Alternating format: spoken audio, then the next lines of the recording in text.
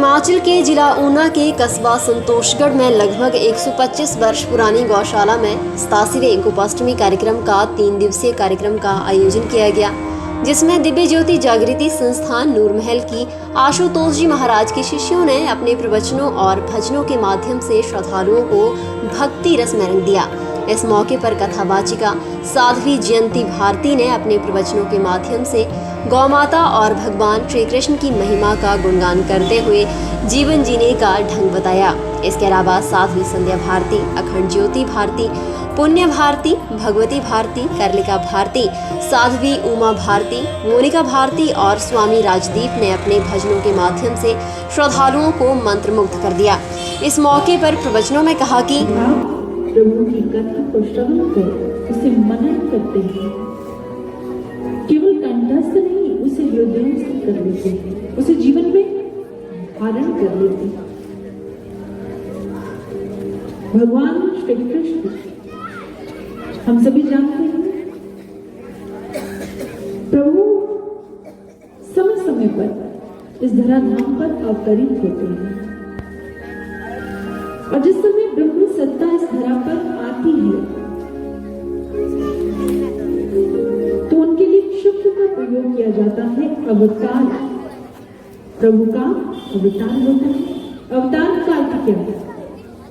अवतरते इति ही अवतारः, ऊपर से नीचे उतरने की प्रक्रिया का नाम है अवतार। लेकिन इसका जो अर्थ ये बिल्कुल नहीं है कि कोई 5वीं मंजिल से नीचे आ रहा हो, आप कहें कि वही इनका अवतार हो गया। कहने का भाव वो जो ब्रह्म है, जो असीम है, अनंत है, वो जब सिमट कर मानवीय शरीर में इस धराधाम पर जन्म लेता है और जन्म लेने के पश्चात दिव्य लीलाएं करते हैं। भगवान श्री कृष्ण अर्जुन से कहते हैं, दिव्य कर्म, मेरा जो कर्म है वो दिव्य है और मेरा जन्म वो भी अति दिव्य है, दिव्याति दिव्य। लेकिन हे पार्थ, मुझे वही समझ सकते हैं जिनके पास वो दृष्टि है, अन्यथा मुझे देखकर ऐसे ही लगेगा जैसे कोई साधारण मानव संसार में विचरण कर रहा हो। मेरी और उसकी दोनों की प्रक्रियाएं एक जैसी ही लगेंगी,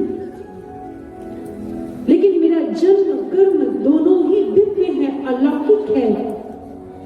और जब मैं धराधाम पर अवतार धारण करता हूं तो मेरे अवतरित होने के अनंत कारण हैं, अनेक कारण हैं। सृष्टि पर आने के, कहते हैं भक्तों के प्रेम के वशीभूत भगवान जब इस धराधाम पर आते हैं तो उनके जन्म का, उनके अवतार का उद्देश्य क्या है? बहुत से लोग कहते हैं दुष्टों का संहार करने के लिए प्रभु स्वयं मानव रूप में धराधाम पर आते हैं। किसी दुष्ट का संहार करना उनके लिए कोई कठिन नहीं है। वो सर्वशक्तिमान परम सत्ता है, जिनकी भ्रुकुटी के एक इशारे पर संपूर्ण सृष्टि संचालित होती है। उनके लिए किसी का संहार कोई बहुत बड़ी बात नहीं है। लेकिन क्या कारण है कि वो ब्रह्म वैकुंठपुरी को त्याग कर इस मृत्यु लोक पर जन्म लेते हैं? आइए इस बात को जानने के लिए चलते हैं गोकुल की भूमि पर। कहते हैं गोकुल गांव में हर वर्ष जब दीपावली का पर्व आता, दीपोत्सव, तो प्रातः काल गोपियां दीप तारण की रस्म पूर्ण किया करती थी यमुना जी में जाकर। कहते उस सुबह भी प्रातः काल जैसे ही सूर्य उदय हुआ, सूर्य की किरणें पूरे गोकुल गांव में बिखरी हुई हैं और इधर गोपियां अभी पूरी तरह से उस प्रकाश में सृष्टि को प्रकाशित नहीं किया है, थोड़ा सा अंधकार है, लेकिन उसी के बीच में छोटे छोटे दियों से अपने थाल सजाकर चल पड़ी यमुना जी की ओर। कोई कुएं पर दीप रख रही है, कोई मंदिर के पीछे रख रही है, कोई मंदिर की सीढ़ियों पर रख रही है, कोई पीपल के वृक्ष के पास रख रही है। जगह जगह पर दीप रखते हुए सब गोपियां पहुंचती हैं यमुना जी में। वहां पर पीपल के पत्तों की छोटी छोटी नौका बनाती है, अपने दिए रखती है, पूजन करती है और दीप तारण की रस्म पूर्ण जाती है। लेकिन उसी प्रातः वहां पर एक अद्भुत घटना घटित होती है। मां यशोदा, हम सब जानते हैं भगवान श्री कृष्ण जी की माता। आज प्रातः काल जब उन्हें भी ये बात समझ में आई कि भाई आज तो बड़ा शुभ पर्व है और मुझे क्या करना है, दीप तारण की रस्म पूर्ण करनी है। अब माता ने सोचा अभी पूरी तरह से सूर्य उदित नहीं हुआ है और मेरा बालक अर्थात कन्हई अभी सो रहा है, और जब तक कान्हा सो रहा है मैं झट से जाकर दीप तारण की रस्म पूर्ण कराती हूँ। अब बताओ बहनों को होता है कि बच्चे सो रहे हैं तो घर का कितना काम निकल जाता है। अगर बच्चों की आंख खुल जाए तो आधा समय तो आधी ऊर्जा तो माँ की अपने बच्चों को संभालने में लग जाती है। अब मैया ने ऐसे किया, जब से रसोई घर में गई, थाल सजाया। कहते जैसे मैया ने थाल सजाया और धीरे धीरे कदमों से द्वार की ओर बढ़ ही रही थी कि अचानक पीछे से माँ का आंचल खींचा। नन्हे से कन्हई अपने शयन कक्ष से बाहर आ चुके थे। आंखें मसलते मसलते उन्होंने अपने नन्हे से हाथ को आगे बढ़ाया और माँ का आंचल पकड़ लिया और खींचते हुए अपनी तोतली भाषा में पूछ लेते हैं, कहाँ जा रही हो मैया, हमें छोड़कर? मैया ने कहा बस अब इसकी आंख खुल गई, इसके साथ घर में रहोगे तो पूजन कैसे होगा और इसे साथ लेकर जाना पड़ेगा।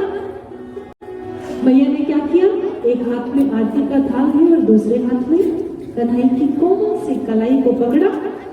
चल पड़े, अरे कान्हा आओ, आज बड़ा शुभ पर्व है। कन्हई ठुमक ठुमक करते हुए मैया के साथ जा रही है। इतना सुंदर दृश्य है। अब मैया पहुंच गई यमुना जी के घाट पर। अब कहते जैसे यमुना जी के घाट पर पहुंची तो मैया ने देखा कि अब मैं पूजन के लिए कान्हा को सीढ़ियां नीचे उतरकर यमुना जी के पास नहीं लेकर जाऊंगी। इसलिए मैया ने क्या किया, पास में एक छोटी सी चट्टान है, उसके ऊपर कन्हई को बिठाया और कहा, हिदायत देते हुए, तुमने यहाँ से नीचे नहीं उतरना, हम तुरंत पूजन करके आए। कान्हा ने अपना नन्हा सा सर हिला दिया, मानो सारी बात मुझे समझ में आ गई। मैया ने झट से अपना घाघरा समेटा, थाल उठाया, यमुना जी से सीढ़ियां उतरती हुई जाकर जल में दीप तारण की रस्म पूर्ण में संलग्न हो गए।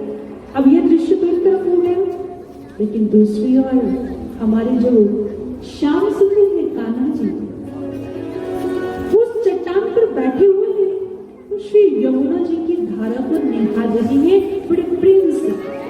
लेकिन आज यमुना जी भी अति प्रसन्न हो रही है और यमुना मैया क्या कर रही है, उनकी लहरें आज बड़े वेग के साथ सीढ़ियों से ऊपर की ओर आ रही है, मानो वो लहरें नहीं है, तो यमुना मैया की दोनों भुजाएं हैं, दोनों हाथ फैलाए हुए यमुना मैया मां आज कान्हा से क्या कह रही है, कान्हा चले आओ।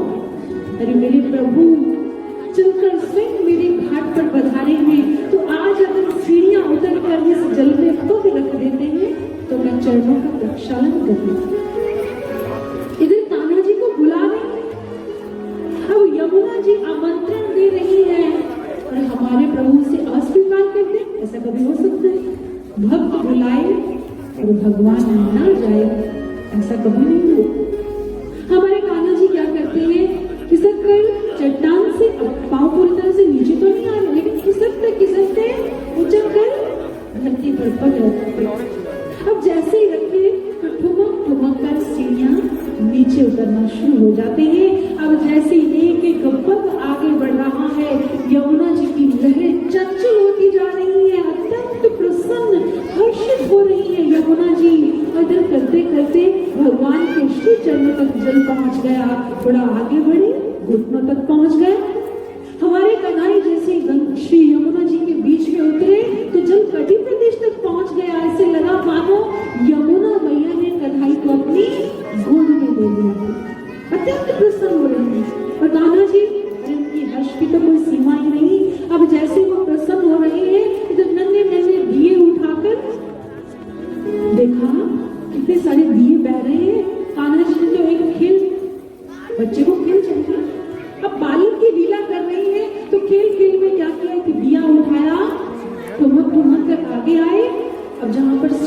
जल नहीं था वहां लाकर टिका दिया। फिर से नीचे उतरे, दूसरा दिया उठाया, उसे लाकर भी रख दिया। फिर नीचे उतरते हैं, तीसरा। देखते देखते 10-20 दिए यूं सजा दिए और कन्हई मुस्कुरा रहे हैं, आनंदित हो रहे हैं, लहरों के साथ खेल रही है। उधर मैया का पूजन समाप्त हो गया। अब दूसरी तरफ जब मैया ने पूजन समाप्त कर वापिस पुनः उसी स्थान पर पहुंचकर देखा, कान्हा जी तो नहीं है। मां चिंतित हो गई, अरे कन्हई कहाँ चला गया? लेकिन श्री यमुना जी की लहरों में नहीं। मां ने झट से पलट कर देखा तो कन्हई यमुना जी के बीच में आधा पहुंच चुकी है। अरे ओ कान्हा, यहाँ क्या कर रही हो? मां दौड़ी चली जाती है और झट से उठा लेती है कान्हा को।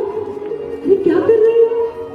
तो मानो कान्हा मुस्कुराकर अपनी छोटी छोटी 2 दंतुलियां दिखाते हुए अपने मोटे मोटे नेत्रों से मां को निहार रहे हैं और साथ मनों में भाव से मुस्कुराते हुए कह रहे, मैया क्या करती हो? हम अपना मनपसंद खेल खेल रहे थे, आकर आपने विघ्न डाल दिया।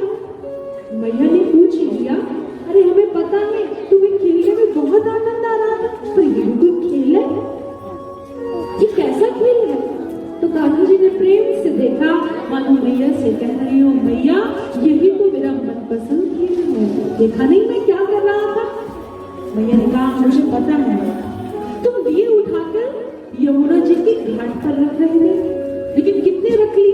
10-20, इससे ज्यादा तो नहीं। प्रभु ने पलटकर उन दियों की ओर देखा जो किनारे पर जगमगा रहे थे, तो दूसरी बार उन दियों की ओर देखा जो यमुना जी की लहरों के साथ बीच बह गए और लहरों ने उन्हें अपने गर्भ में समेट लिया। भगवान श्री कृष्ण कुछ संकेत कर रहे हैं। क्या कहा?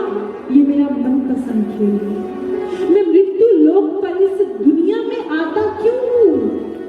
दिए किनारे पर रखने का भाव है, मैं भक्तों को भव से पार लगाने आता हूँ। लेकिन साथ में भगवान श्री कृष्ण ने एक संकेत किया, जो दिए बहकर मेरे चरणों की ओर आ गए, जो मेरे श्री चरणों के समीप आए, मैंने उठाकर किनारे पर लगा दिए। लेकिन जो प्रभु से विपरीत दिशा की ओर बह गए, उसे लहरों ने अपनी गर्भ में समेट लिया, उनका अस्तित्व समाप्त कर दिया। मानो ये घटना को समझा रही है, जो भक्त अपना हृदय भगवान के श्री चरणों में लगाते हैं, अपना मन उनकी भक्ति में रमाते हैं, वो भवपाल हो जाते हैं। जो विपरीत दिशा में दिन रात रमन करते हैं, वो संसार के भव सागर में डूब जाया करते हैं। अगर हम इस भव से उबरना चाहते हैं, अगर हम भक्ति सुख पाना चाहते हैं, क्योंकि भक्ति सुखों की खान है, तो भक्तों मन भगवान के श्री चरणों में रमाना होगा। और जिनका मन रम जाता है, वो भक्ति के सुख को पाकर, आनंद को पाकर फिर कुछ गुनगुनाते हैं और क्या कहते हैं? आइए कृष्ण कृष्ण हरे हरे, गाइए आप।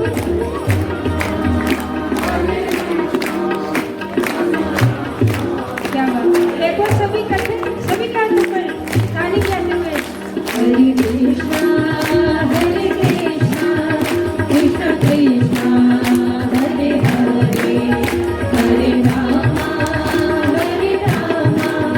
राम राम हरे हरे।